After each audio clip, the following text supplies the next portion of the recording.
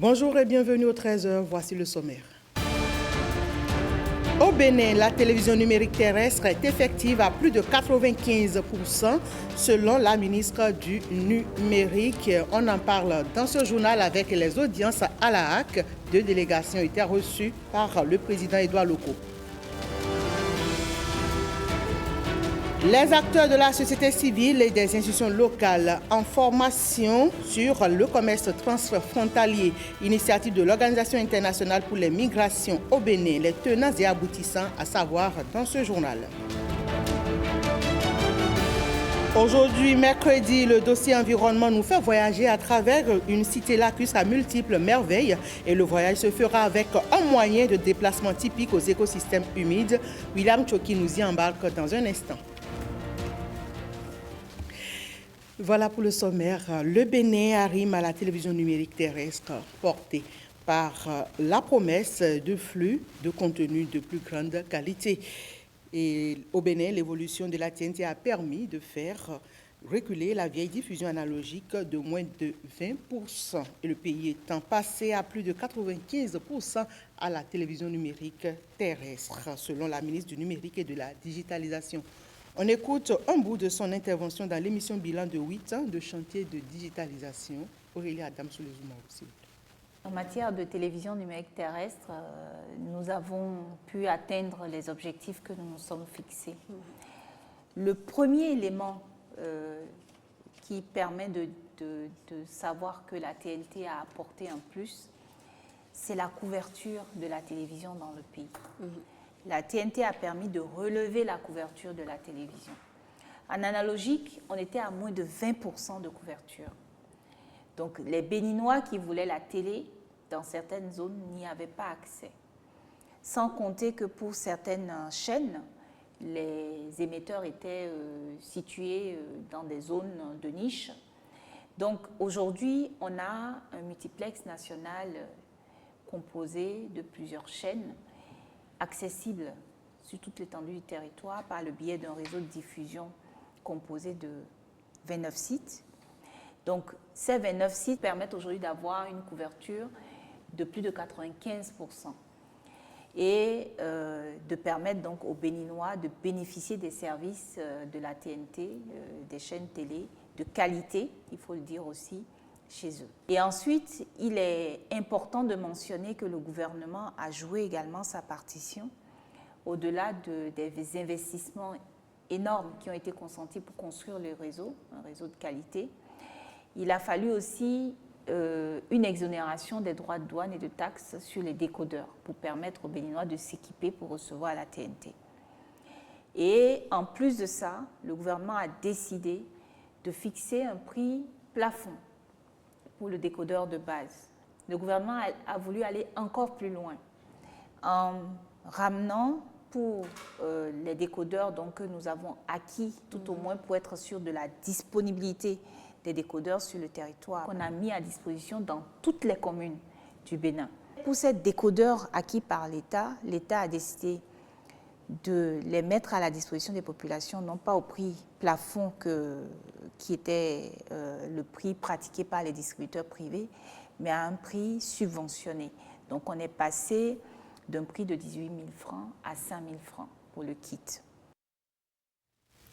Actualité de la Haute Autorité de l'audiovisuel de la communication, 2 rencontres entre les autorités de la HAC et une délégation de l'Union européenne au Bénin d'un côté, puis avec celle du Haut Conseil de la communication de la République centrafricaine. On suit Stéphane Mound, le nouvel ambassadeur de l'Union européenne au Bénin, et Simon-Pierre Ndouba, rapporteur général du Haut Conseil de la communication de la République centrafricaine, au micro de Igor Ayosso et Ariane Da Silva. Nous avons essentiellement parlé de la collaboration de l'Union européenne avec la HAC. En particulier, nous avons des projets de soutien au monde médiatique ici au Bénin, dans des problématiques qui sont d'intérêt commun pour le Bénin et pour l'Union européenne, en particulier la lutte contre la désinformation et les propos à caractère haineux. Vous savez que c'est un défi auquel le Bénin comme l'Union européenne sont confrontés de nos jours. Et j'ai pu constater une grande identité de vue avec le président sur le fait que c'est un défi, nous devons y faire face, mais en même temps nous devons y faire face de manière, réaliste, voir ce que nous pouvons faire en termes de comment améliorer encore la formation des journalistes. Il y a eu encore récemment des journalistes béninois qui sont allés à Bruxelles pour suivre des formations. Je pense que nous avons, Union européenne et Bénin, un intérêt commun à avoir un paysage médiatique professionnel. Je viens en compagnie du président du Haut Conseil de la communication de la République centrafricaine de rencontrer le président de la HAC. Le Haut Conseil de la communication n'a pas dans sa réserve d'expérience, on va dire, la gestion des élections municipales depuis 40 ans. Donc, il s'agissait de venir s'abreuver à la source de l'expérience de la HAC. La HAC qui a eu l'occasion déjà de gérer plusieurs élections municipales, puisqu'au Bénin, ça s'organise de façon régulière. Que ce soit dans l'organisation de la HAC, dans son fonctionnement, ainsi que dans la gestion des missions, nous avons tiré beaucoup de leçons. Nous repartons édifiés. D'une institution médiatique à l'autre, avec la délégation du Haut Conseil de la communication de la République centrafricaine. Et c'est au tour de l'ODEM à présent, l'Observatoire de la déontologie et de l'éthique dans les médias a partagé avec l'institution centrafricaine son expérience de suivi des médias en période électorale. Une rencontre inscrite dans le cadre des préparatifs médiatiques liés aux élections locales en Centrafrique, prévues pour juillet 2025. Patrick Diosso. RCA, République centrafricaine ou Centrafrique. C'est de cet État d'Afrique centrale qu'est venue une délégation du HCC, le Haut Conseil de la communication, l'équivalent de la HAC, Haute Autorité de l'audiovisuel de la communication au Bénin. Une délégation reçue par les membres de l'ODEM, Observatoire de la déontologie et de l'éthique dans les médias. Nous travaillons avec une plénière qui se rassemble toutes les 2 semaines et nous avons des équipes journalières qui font le suivi de la presse. Et on reçoit les journaux ici, on leur explique un peu tout ce qu'on a vu sur 1 mois, sur 2 mois. Et après, on fait le tour également des organes. Des échanges d'expériences. Le Haut Conseil de la communication est vraiment satisfait de la rencontre d'aujourd'hui. On est venu ici pour copier. Il est plus facile d'imiter que d'innover. Il y a des choses assez importantes que nous avons tirées comme enseignement et qu'on va devoir partager à l'ensemble de la corporation, au Conseil de la communication, y compris également à l'EMC, qui est l'équivalent de l'UDEM en République centrafricaine. La République centrafricaine s'apprête à organiser des élections locales au mois de juillet 2025. C'est des élections qui n'ont pas été organisées chez nous depuis une quarantaine d'années. Donc, l'instance de régulation des médias chez nous n'a jamais eu jusqu'ici l'occasion de gérer des élections locales. La délégation centrafricaine du HCC repart du Bénin avec une documentation utile. Voilà des échanges d'expériences qui offrent une charge d'espérance pour cette délégation centrafricaine. C'est parti pour 16 jours d'activisme contre les violences basées sur le genre. L'Institut national de la femme s'active sans relâche. L'INF déploie à travers tout le Bénin une campagne contre les violences sexuelles et sexistes. Une campagne pour apprendre à riposter, mais aussi à se reconstruire après les violences. Au lancement, Mathieu Sokenou et Arnaud Dadia.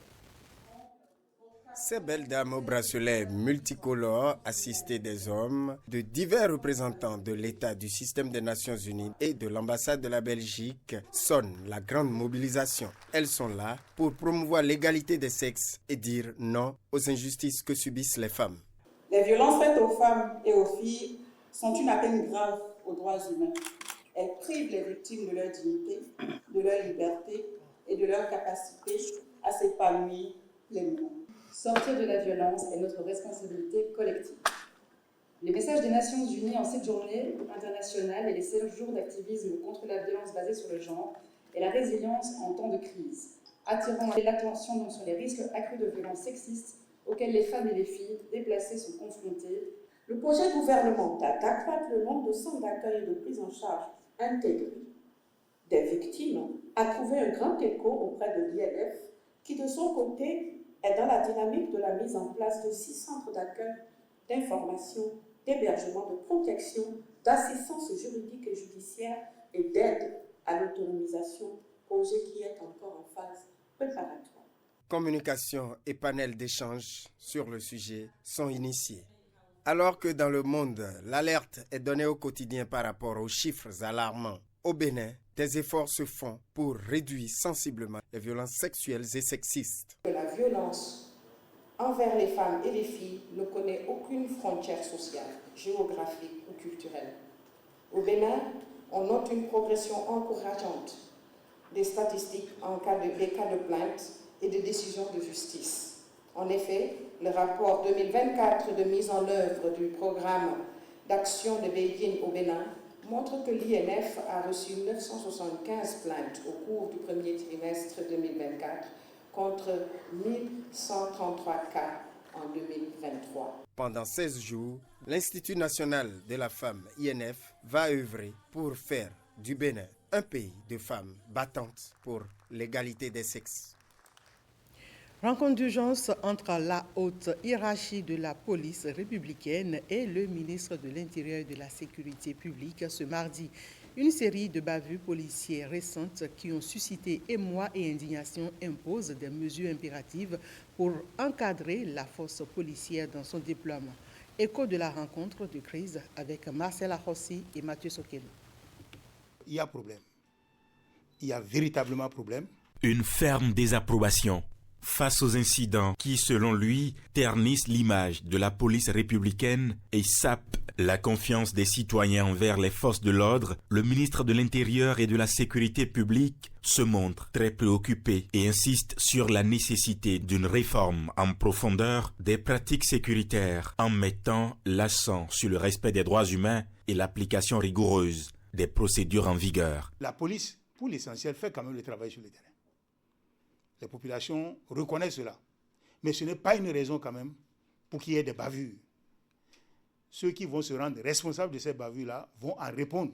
Il faut que la désignation des agents pour accomplir des missions tienne compte de leurs capacités réelles et aussi de leur profil.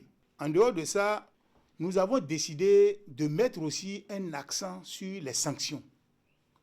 C'est-à-dire désormais, un agent qui va se rendre coupable de la mort d'un honnête citoyen doit pouvoir en répondre. On va lui appliquer la sanction maximale.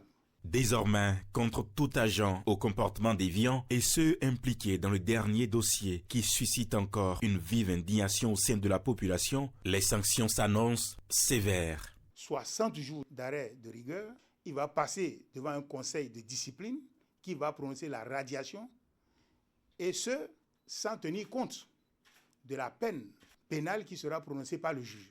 C'est dire qu'il sera traduit en justice. C'est le début d'un processus de révision des méthodes d'intervention policière avec l'objectif de restaurer la confiance entre les citoyens et les forces de sécurité publique. Un suivi rigoureux des engagements est attendu pour garantir une justice équitable et des pratiques sécuritaires responsables.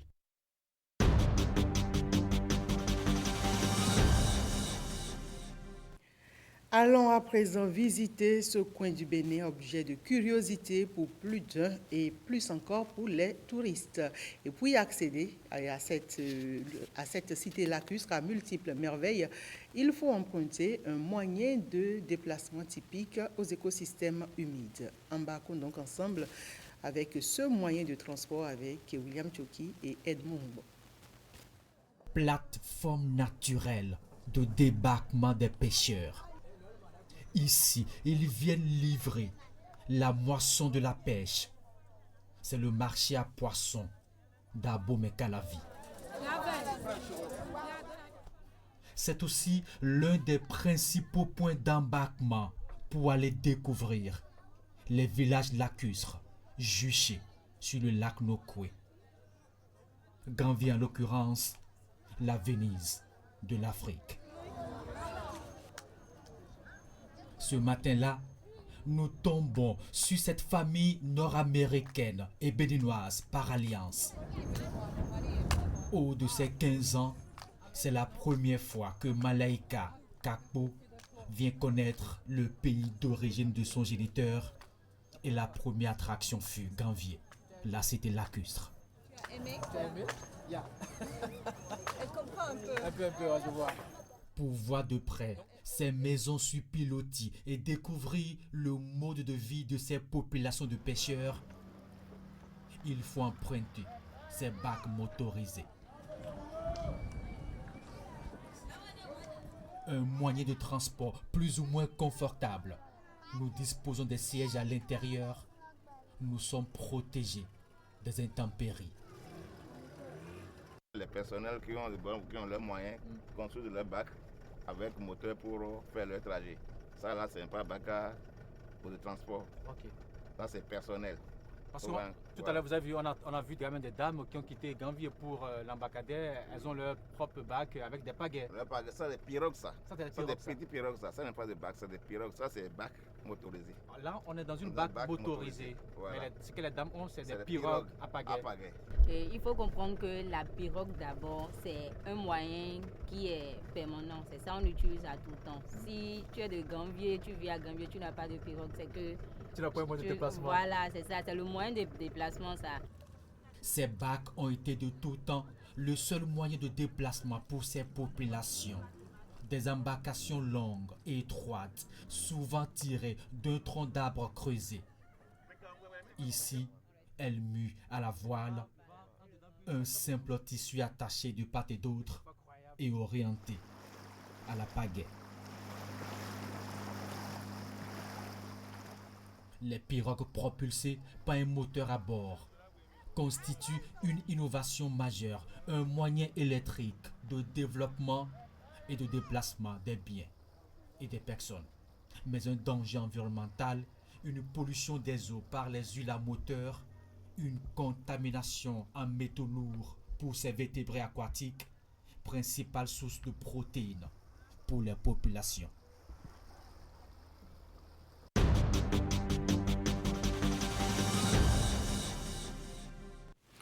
Dans le cadre de ces activités, l'autorité du bassin du Niger revisite le mécanisme de mise en œuvre de son plan d'investissement. Et c'est à travers un atelier qui a réuni les différentes parties prenantes à Cotonou. L'ouverture de cet atelier a eu lieu le lundi dernier en présence de Jules Akoekou et Alessandra Djota. Son rôle est de promouvoir la coopération entre les États membres et de contribuer à l'amélioration des conditions de vie des populations du bassin par la gestion durable des ressources en eau et des écosystèmes associés. L'autorité du bassin du Niger, dans le cadre de ses activités, dispose d'un plan d'investissement élaboré depuis des années. L'heure est aujourd'hui au réajustement du mécanisme. Où est-ce qu'on en est? L'évaluation va nous donner des orientations qu'on devra mettre en place pour corriger ce qui est à corriger. Et la question de polluants est tellement sérieuse. Si je prends le cas en Guinée, nous avons beaucoup de mines qui sont exploitées à travers les mines de l'or et autres. C'est des polluants qui polluent l'eau. L'autre objectif est donc la validation des tests réglementaires harmonisés en ce qui concerne les normes de rejet des polluants dans le bassin. Le projet NBITAS, à travers l'ONUCI, a réalisé l'étude technique sur les normes de rejet de polluants. Donc, dans un premier temps, nous avons transformé ces normes en tests juridiques pour l'ensemble du bassin et aussi faire un test harmonisé dans les 9 pays. Nous avons ce que nous appelons principe pollueur-payeur, qui est clairement énoncé dans la charte de l'eau. Je vous invite alors à la conjugaison de vos riches expériences et expertises en vue d'apporter vos précieuses contributions pour l'amélioration des différents rapports soumis à votre appréciation et contribuer par voie de conséquence à doter l'autorité du bassin du Niger d'un nouveau cadre structurel et fonctionnel du mécanisme de mise en œuvre du plan d'investissement d'une part et d'un cadre de mise en œuvre des normes harmonisées de rejet polluant pour réduire la pollution dans le bassin d'autre part. Les 9 États membres de l'ABN sont représentés à cet atelier.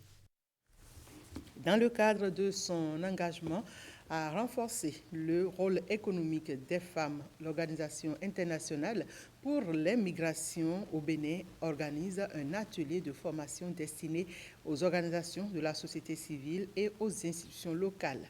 Le projet vise à contribuer à un renforcement du développement communautaire en créant un environnement favorable pour les femmes dans le commerce transfrontalier. Blaise Adampo nous en donne plus de précisions.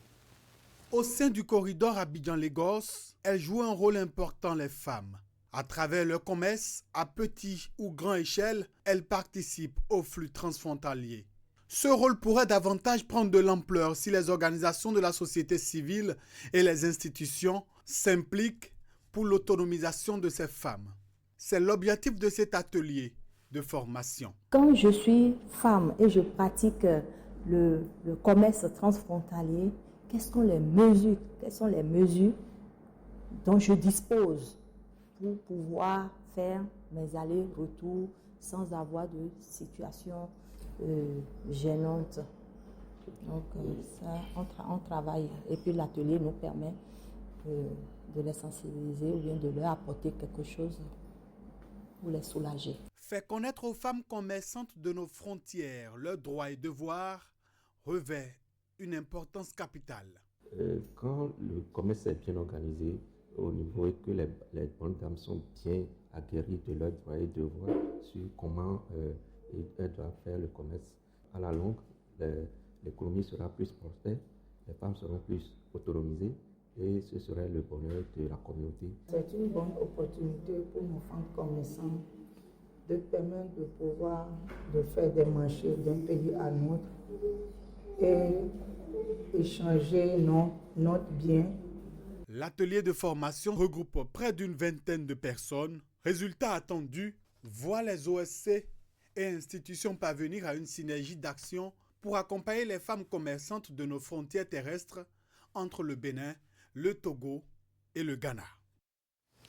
Le réseau des journalistes économiques du Bénin rend hommage à son père fondateur. C'est à travers un mini-colloque qui a porté sur le thème Abel Beto Enomo, l'homme et la contribution à l'émergence du journaliste économique au Bénin. Reportage. Abel Beto Enomo est le père fondateur du réseau des journalistes économiques du Bénin. Nous avons dit quand même que nous n'allons pas abandonner ce projet. Le réseau GEB pleure un personnage au parcours remarquable. Né le 5 août 1963 à Boïcon, Abel Beto Enomo est le premier de sa famille à avoir décroché le baccalauréat en 1986. De son parcours à l'Institut national d'économie après son bac C, il en sort nanti du diplôme d'économiste, option planification en 1991. Sa destinée est ainsi toute tracée. Mais, cédant à sa passion pour les lettres, il va intégrer l'agence Bénin Presse, ainsi démarre sa riche carrière de journaliste professionnel.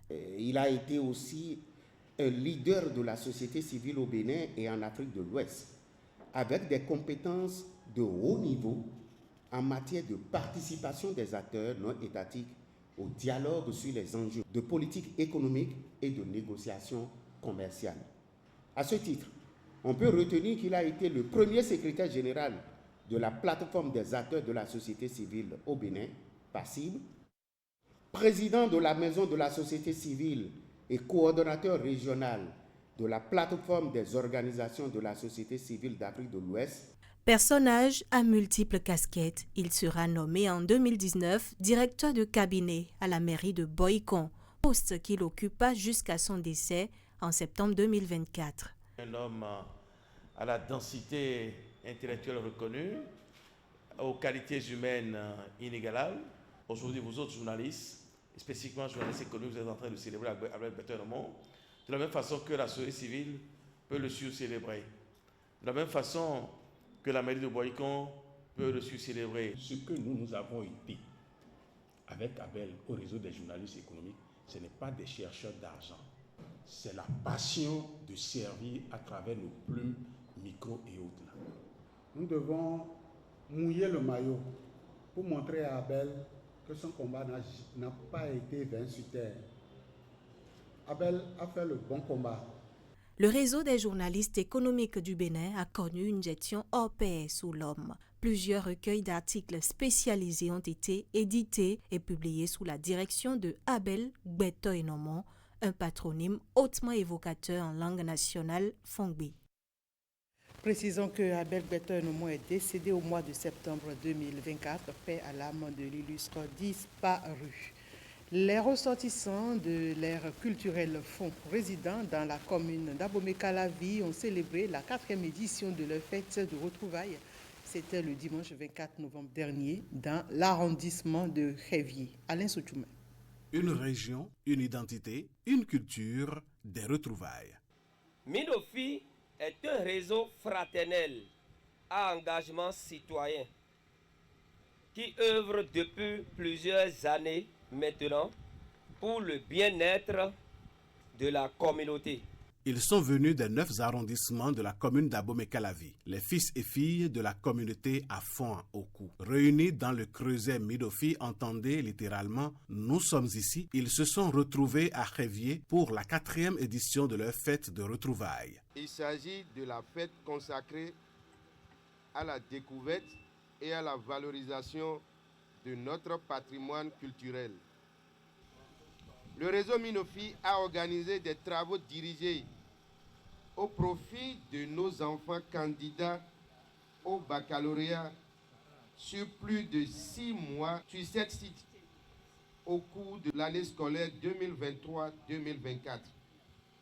Ces cours ont positivement touché plus de 7000 apprenants du privé comme du public. Minofi, c'est aussi la solidarité avec nos tout petits enfants de la commune d'Abomey-Calavi en période de fête de Noël. L'édition de Noël 2023 aux enfants Minofi a été une belle expérience en décembre passé où le réseau a offert plus de 1000 cadeaux aux enfants de la commune. Beaucoup d'autres actions au plan social et culturel sont à l'actif du réseau depuis sa création. Et plaise à Dieu, cela va se poursuivre. Vie associative et développement personnel. C'est le thème sur lequel les participants à ces retrouvailles ont été entretenus pour les amener davantage à militer dans ce creuset pour une communauté plus forte.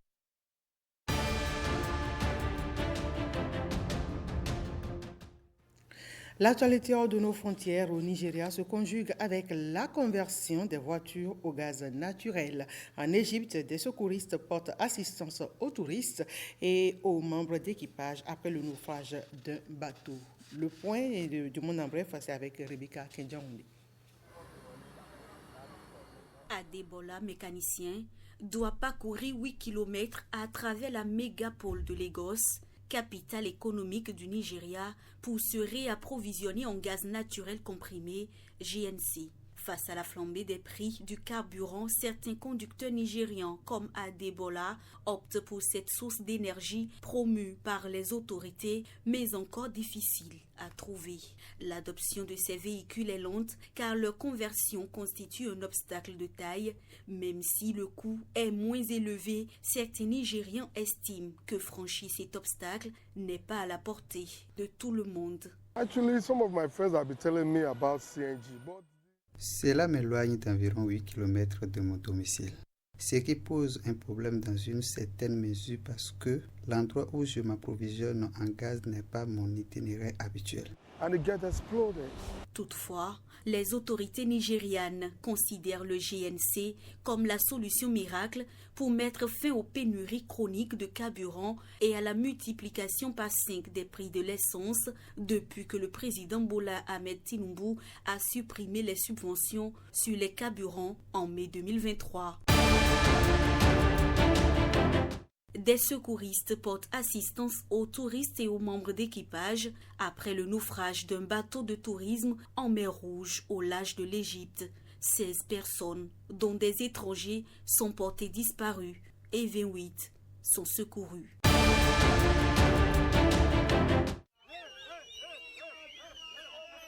Des dizaines d'hommes masqués, armés de couteaux et de bâtons, interrompent une manifestation anti-gouvernementale organisée dans la capitale Lilongwe. Les manifestants demandent la démission du ministre de l'Énergie en raison des pénuries de carburant qui perdurent et s'opposer au projet de vote électronique pour les élections générales de l'année prochaine. C'est tout pour ce 13h. Merci mesdames, messieurs pour votre aimable attention.